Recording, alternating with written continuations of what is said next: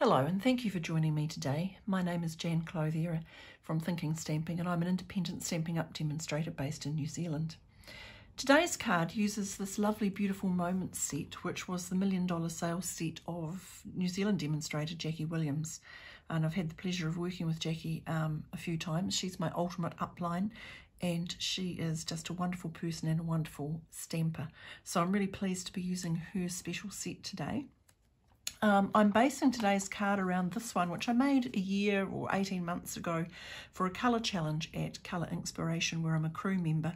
And it got a lot of interest on Pinterest, and I had a lot of people message me and ask me questions about it. So I thought that what I do today is I do a modernised, updated version of this card. So although I'm showing you this card, we're actually going to make this version of it.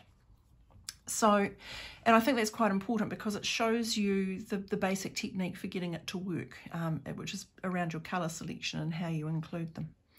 So we'll get started by looking at what materials you need. So first up, I've used a card base of Sahara sand. It is half of an A4 piece of paper, so it's scored at 10.5, and I've cut it along this edge at 14.8 centimetres. So we'll just give that a little crease, make sure we've got a nice fold, put it aside. You'll also need 2 pieces of basic white cut half a centimetre smaller, so that's 10 centimetres by 14.3. Now one of those pieces is for the inside of the card, so we can just pop that away for now. The other piece is exactly the same size, and I have textured that using the Tasteful Textile 3D folder. Obviously you could use any folder that you like, but I think a sort of a subtle pattern will work best with this card so it doesn't compete with the main images. Right, you'll also need another piece of card about the same size, so 10 by 14.3, it doesn't matter if it's a few millimetres smaller. I've used shimmery cardstock for this because I wanted that kind of glittery look, but there's absolutely no reason why you couldn't use just basic white paper, or sorry, basic white card as well. Now in addition to those things, you're going to need 2 little scraps of whatever your 2 main colours are. So in this case it's Fresh Freesia and Pool Party, and on my original card it was So Saffron and Seaside Spray, which is now a retired colour. And so what we're going to do with those is, I've already done it, we're going to cut out 2 triangles, one of each colour, using the stitched rectangles. Now, because the main image of this set is the girl, and she fits nicely inside the largest of the equilateral triangles, that's the set that I'm going to work with today. And I have cut that, I think, from memory, I have used that one and that one. So the second largest and the third largest of the stitched rectangle dies to cut those triangles with. Now you're also going to need a little scrap of basic white for the sentiment, and I've already done my sentiment. I'm going to make my second card a happy birthday card, and I have used sentiments from the art gallery set, so you could pretty much use any of those. And then I've cut it out using the floral gallery die. I use that large sort of postage stamp edged die to cut that. Now on my original card, I used one of the small stitched rectangle dies, but I just decided that for a bit of a change, we would have a shaped edge on that. So I can pop that away for later. So what we're going to do next is begin stamping. So I'm going to take my piece of shimmery cardstock. I'm going to use just Memento Tuxedo Black, and I'm going to take that main image from the stamp set of the girl standing in a field of some sort of flowers. So because it's quite a big stamp, I'm going to ink it up from the top, and I want to make sure I get some good coverage, so I'm just tapping that ink on, and I'm going to stamp it right in the middle. I'm just going to hold it down and do the 1, 2, 3, 4, 5, 6, 7, 8, 9, 10, 11, 12 in my head.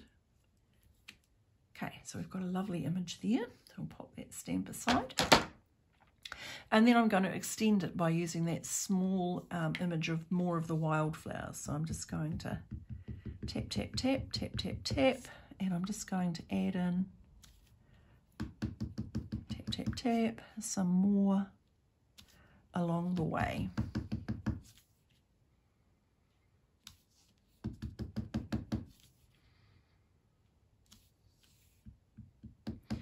And perhaps there. Now, it doesn't matter if you stamp too many, but it's probably better to stamp too many than not enough. So what we need to check is, does the image fit inside the largest rectangle, largest triangle? And yes, she's going to. So we will begin colouring. Now, I've used Stampin' Blends for this, so I've got a pair of Pool Party, a pair of Fresh Freesia.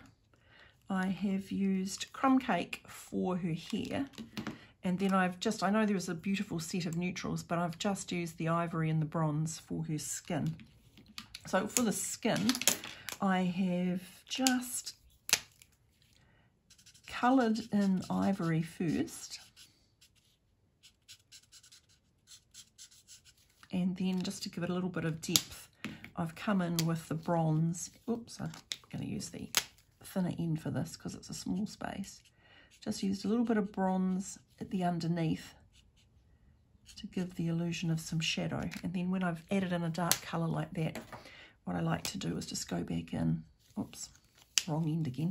Go back in and just blend it out a little bit with the lighter colour so you don't get too harsh a delineation. Right, so I'm just going to go ahead and colour this, and when I have finished, I'll start talking again.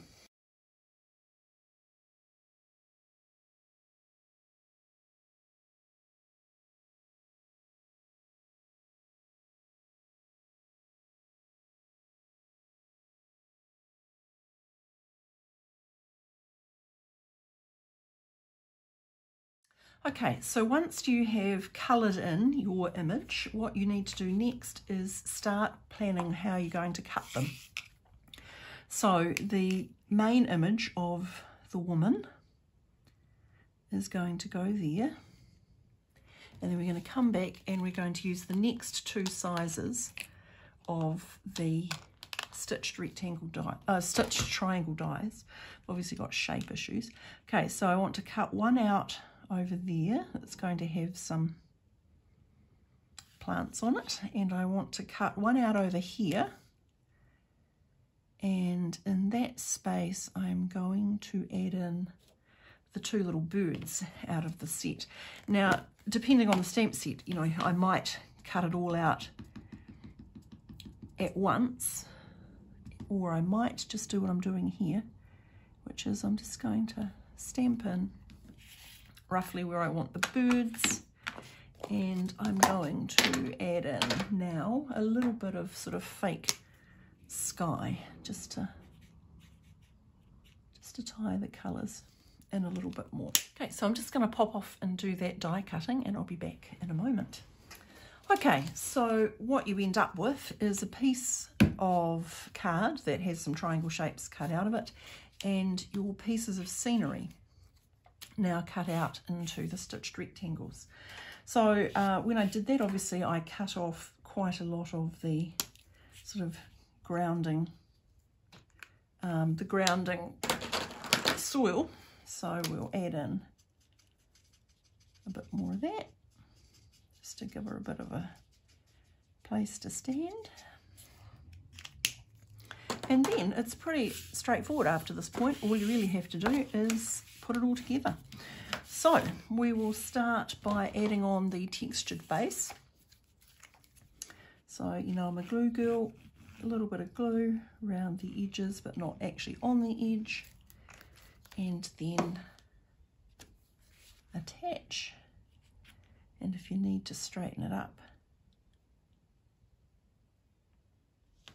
then you've got a little bit of wiggle room to do that.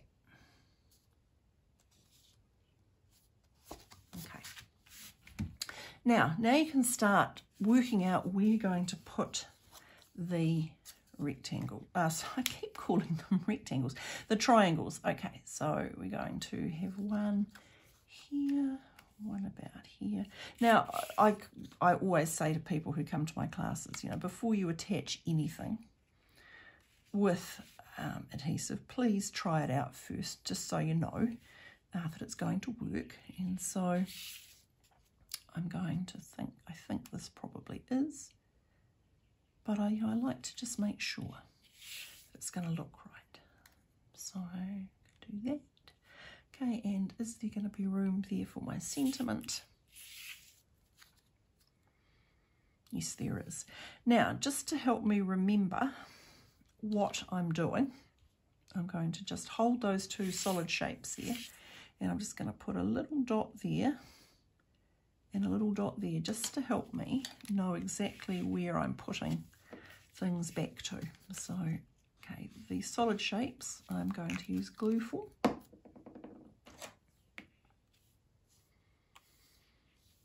Oops.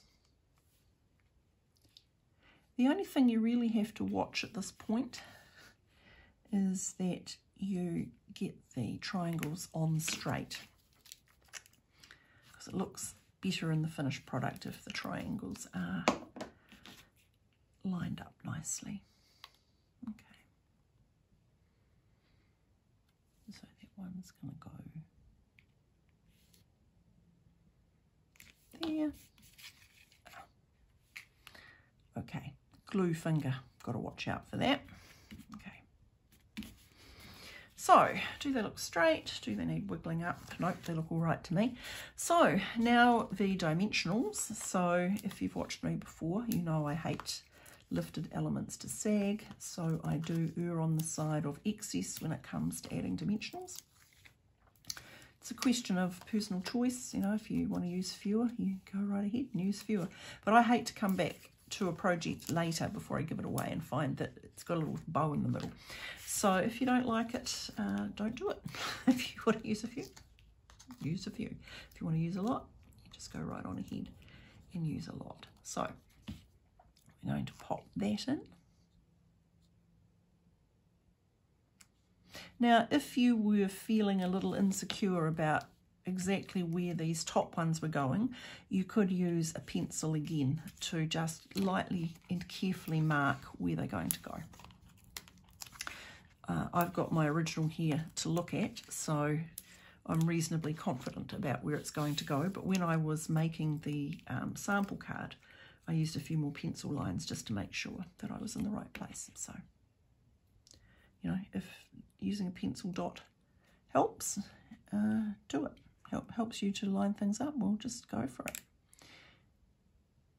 Okay. And then my little piece of lavender, because in this instance they have turned into lavender.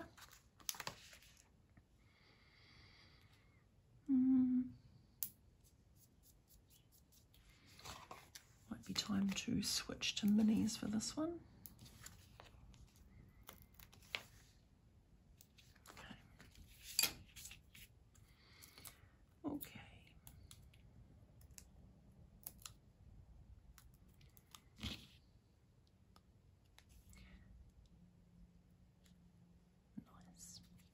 Now, when it comes to adding my sentiment, this end of it is already over things which are dimensionaled up, so I'm only going to add a dimensional to that end where it overhangs into free space. So perhaps, I don't know, perhaps we'll have two just to make sure.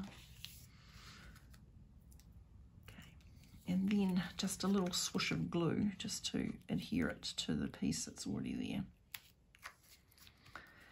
Okay, final step.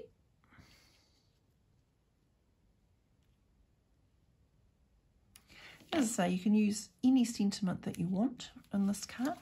It's a kind of a thoughtful, slightly melancholy image, but all the same, I think it still suits a happy birthday.